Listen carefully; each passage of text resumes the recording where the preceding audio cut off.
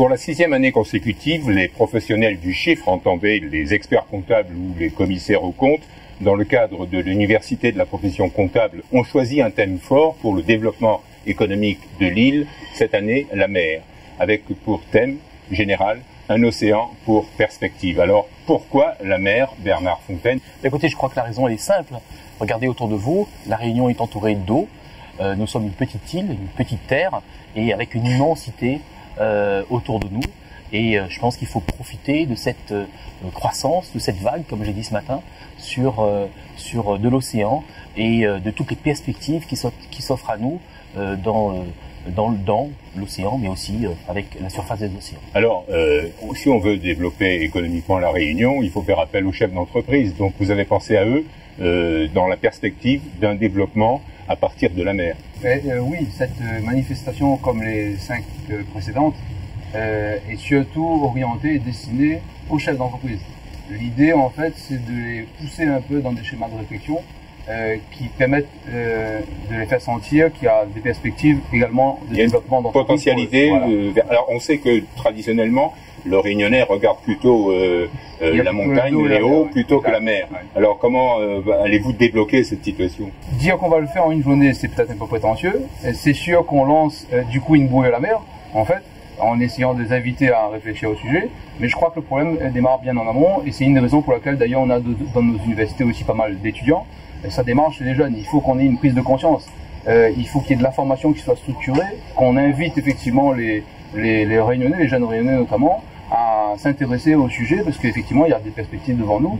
Et pas seulement de la pêche, puisqu'on a tendance à rallier la mer à la pêche, mais la mer recèle d'autres ressources bien plus importantes. Cette année, au cours de ces universités, il y aura une conférence qui sera présentée ce soir par Christian Buchet, et il est important au moment où s'ouvre cette université de se tourner vers un expert qui connaît bien la mer. Alors on a, je répète un petit peu ma question, d'une manière générale, la mer n'est pas comme un champ de blé aussi intéressante économiquement parlant pour le citoyen lambda.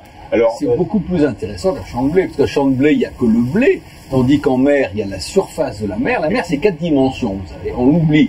Il y a la surface, il y a la tranche d'eau qu'on ne connaît pas, il y a une 3e dimension, c'est le sous-sol marin, et il y a même une 4e dimension, puisqu'on sait que la biodiversité du sous-sol terrestre marin est différente de la biodiversité du sous-sol terrestre.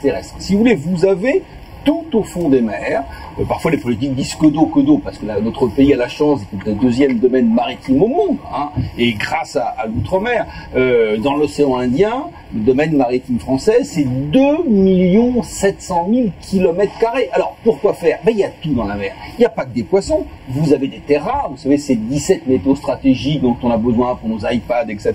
Il y a bien sûr les matières premières. La mer, c'est le moteur de la compétitivité, de la croissance et de l'emploi. Ça a toujours été le cas. Un chiffre, 92% du commerce mondial passe par voie maritime. C'est-à-dire que lorsqu'on n'est pas tourné vers la mer, on ne peut pas, je dirais, optimiser son avenir économique. Alors, est-ce la raison pour laquelle vous utilisez ce terme que j'ai trouvé original? Il faut maritimiser les esprits. Ça veut dire quoi? C'est-à-dire que la France est le pays le mieux doté, mais curieusement, notre pays n'est pas un grand pays maritime au niveau des mentalités. La France a un peu toujours tourné le dos vers la mer. Vous savez, notre grand marin, Eric Tabarly, disait il y a quelques décades, mais c'est en partie encore vrai, la mer pour les Français, c'est ce qu'ils ont dans le dos lorsqu'ils regardent la plage. C'est-à-dire que notre pays a été souvent le pays du protectionnisme, un pays fermé au niveau de la mer. Si notre pays s'ouvre vers la mer, si on maritimise les esprits, et bravo à ces 6e universités de la profession comptable de contribuer à faire prendre conscience que notre avenir se joue en mer. Mais aller en mer, c'est un sacré défi, parce qu'on sait très bien qu'il y a des vagues, on sait très bien que c'est une prise de risque.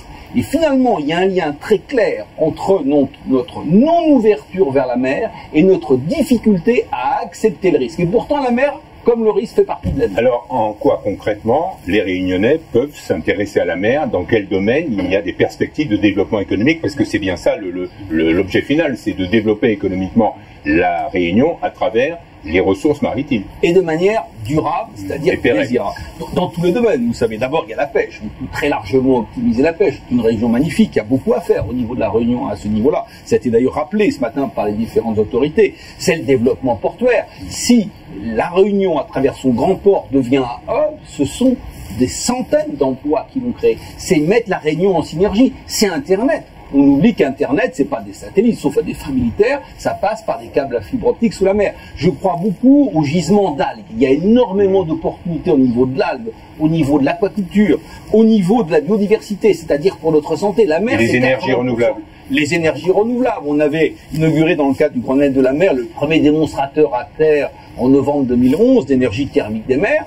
C'est un succès. Il faut développer. Si nous réussissons à La Réunion ou dans l'outre-mer français à mettre au point un certain nombre de technologies sur le plan de l'énergie, c'est évident qu'on va créer un bassin d'emploi et une capacité d'exportation pour toutes les îles de la région.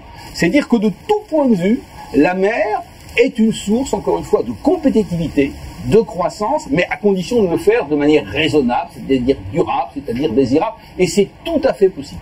Nous allons y revenir dans quelques instants. Bernard Fontaine, vous êtes donc en la matière des conseillers, des experts auprès des chefs d'entreprise pour leur montrer qu'ils ont intérêt à investir dans le domaine maritime.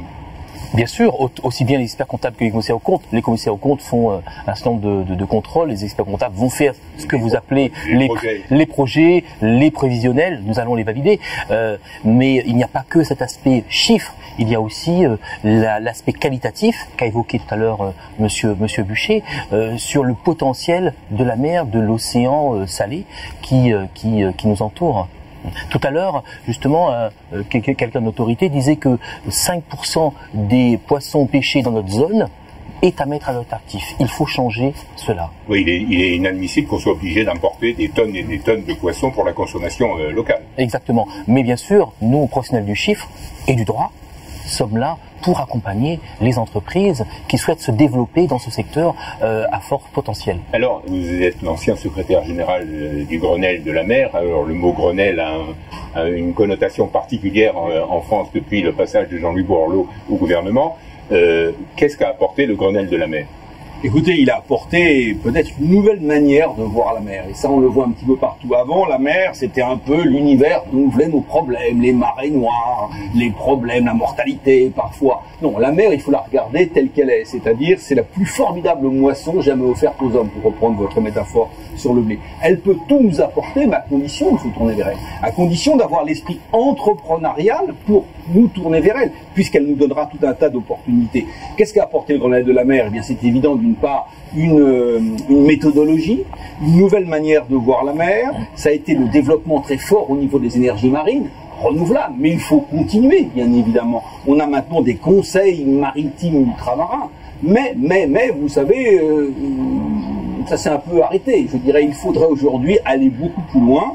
Notre pays est le deuxième domaine maritime. Est-ce qu'il y a une politique de la mer en France ? Très honnêtement, il n'y a pas de politique maritime française. Pourquoi alors ? Très simplement parce que l'interministérialité n'est pas une donnée française. Vous avez 11 gros ministères en rapport avec la mer. Vous avez le ministère bien sûr des Transports, vous avez le ministère de la Défense, vous avez le ministère de l'Intérieur, vous avez la garde des Sceaux parce qu'il y a le trafic des stupéfiants. Et donc, si vous voulez, la mer est rattachée au Premier ministre, mais quand le Premier ministre ne s'implique pas plus que ça dans le cadre de la mer, ça pose un problème. Pourquoi y a-t-il eu avancé que le Grenelle de la mer ? Parce que pour la première fois dans notre histoire, le numéro 2 du gouvernement, qui était le seul ministre d'État, avait en charge la mer. Ça a été un combat d'ailleurs de haute lutte. Et donc là, les choses ont pu avancer. Mais vous savez ce qu'il en est. La longévité ministérielle moyenne, c'est 16 mois. Donc effectivement, ça n'a pas continué. Il n'y a pas eu de relais. Il n'y a pas eu véritablement de relais. Et enfin, un dernier point. Quel est le rôle géopolitique de la mer ? Considérable. On ne peut rien comprendre sur ce qui se passe au niveau de l'Ukraine. On ne peut rien comprendre sur ce qui se passe au niveau de la Syrie. On ne peut rien comprendre sur ce qui se passe dans l'océan Indien, avec les Chinois, etc., aux Seychelles, au niveau des Indiens, si on ne s'intéresse pas à la mer. Si vous regardez la géopolitique, non pas vue de la terre, mais vue de la mer, c'est tout le monde contemporain qui devient intelligible et qui permet aux politiques de savoir ce qu'il faut faire aujourd'hui pour être efficace dès aujourd'hui et plus encore demain. Donc la mer, c'est l'avenir de la Réunion. La mer est l'avenir de la Réunion, la mer est l'avenir de la Terre, la mer est la clé de notre avenir. Et déchiffrons aujourd'hui, vous savez, on parle de crise parce qu'on raisonne en tant que terrien, si vous regardez la mer en face, les opportunités, nous, on n'est pas en crise. On est dans une formidable période de mutation. Nous sommes bien nés, nous vivons une période, un tournant. À nous de saisir ce tournant. Ce tournant, c'est prendre le vent du large. Ce tournant, c'est se tourner vers la mer. C'est l'avenir de la Réunion, c'est l'avenir de l'outre-mer, c'est l'avenir de l'Europe, qui est le plus grand ensemble politique ayant le plus grand nombre de mers, mais qui n'a pas eu non plus de politique maritime. Alors, Monsieur Burel, vous avez sondé, je suppose, les chefs d'entreprise avant l'organisation de ces 6e universités. Quel est leur état d'esprit vis-à-vis de la mer? On n'a pas fait ce sondage, en vérité. Je disais tout à l'heure qu'on a un peu lancé une bouée à la mer. On voit par contre, puisqu'on travaille sur ce sujet depuis quasiment janvier en préparation, on voit sur les 2-3 derniers mois que c'est un sujet qui est venu en surface, en finale. Donc ça montre bien que d'une part on était un peu dans le move de l'opération, et que d'autre part les consciences commencent un peu à s'éveiller. Et je disais ce matin d'ailleurs en conclusion de mes propos, qu'au regard de la panne de croissance que nous avons sur nos 2512 km² de terre pour ce qui concerne la Réunion, il faudrait peut-être qu'on aille chercher cette croissance sur les 2 600 000 km² de mer qui composent notre zone exclusive française dans l'océan Indien. Eh bien, ce sera notre mot de conclusion. Merci, messieurs.